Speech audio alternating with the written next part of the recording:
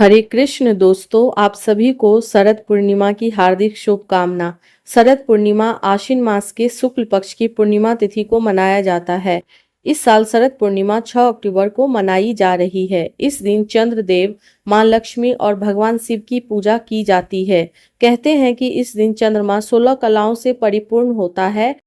इस दिन खुले आसमान में खीर रखने की भी परंपरा है, क्योंकि इस दिन माना जाता है कि रात में अमृत की वर्षा होती है।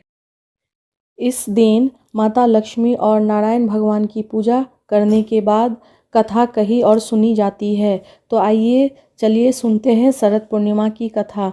शरद पूर्णिमा की कथा अनुसार एक समय की बात है। एक गांव में एक साहूकार रहता था, जिसकी 2 बेटियां थीं। दोनों ही बहनें पूर्णिमा का व्रत किया करती थीं, लेकिन दोनों के विचार व्रत को लेकर अलग-अलग थे। बड़ी बहन पूर्ण श्रद्धा के साथ शरद पूर्णिमा व्रत किया करती थी और शाम के समय में भगवान चंद्रमा को अर्घ्य अर्पण करने के बाद अपना व्रत संपन्न करती थी। दूसरी तरफ छोटी बहन नाम मात्र के लिए व्रत का पालन करती थी और वह अपना व्रत संपन्न किए बिना ही भंग कर देती थी। धीरे धीरे वे दोनों बहनें बड़ी हो गईं और साहूकार ने उन दोनों का विवाह कर दिया। बड़ी बहन ने स्वस्थ शिशुओं को जन्म दिया, तो वहीं छोटी बहन की कोई संतान नहीं हुई। उसके सभी शिशु जन्म लेते ही मर जाते थे, जिससे छोटी बहन अत्यंत उदास रहने लगी थी तथा अपने दुखों का समाधान खोजने के लिए वह एक संत के पास गई। संत ने उसके दुखों का कारण समझा तथा उसे बताया कि वह बिना किसी रुचि और भक्ति के पूर्णिमा का व्रत कर रही थी, जिसके कारण ही उसके साथ ऐसा हो रहा है।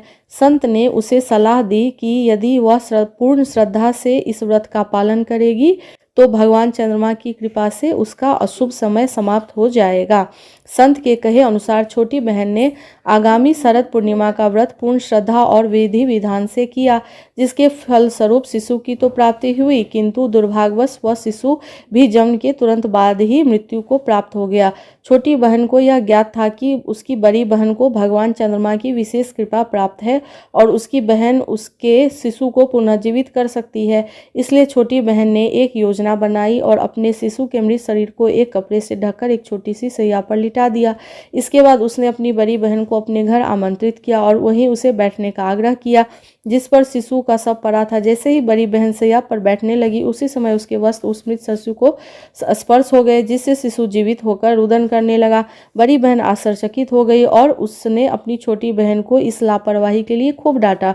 उस समय छोटी बहन ने अपनी बड़ी बहन को बताया कि जन्म के समय ही उसके इस शिशु की मृत्यु हो गई थी और उसकी बड़ी बहन के स्पर्श से शिशु पुनः जीवित हो गया।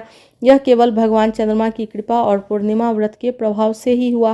कहते हैं कि इस दिन से शरद पूर्णिमा पर व्रत पालन की परंपरा आरंभ हो गई। शरद पूर्णिमा की एक दूसरी कथा भी बहुत प्रसिद्ध है। इस दिन माना जाता है कि शरद पूर्णिमा के पर्व को मां लक्ष्मी के प्राकोत्सव के रूप में मनाया जाता है।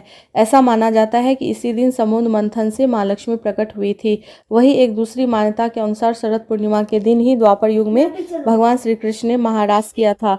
तब से चंद्रदेव ने प्रसन्न होकर अमृत की बारिश की थी। जय जय श्री राधे।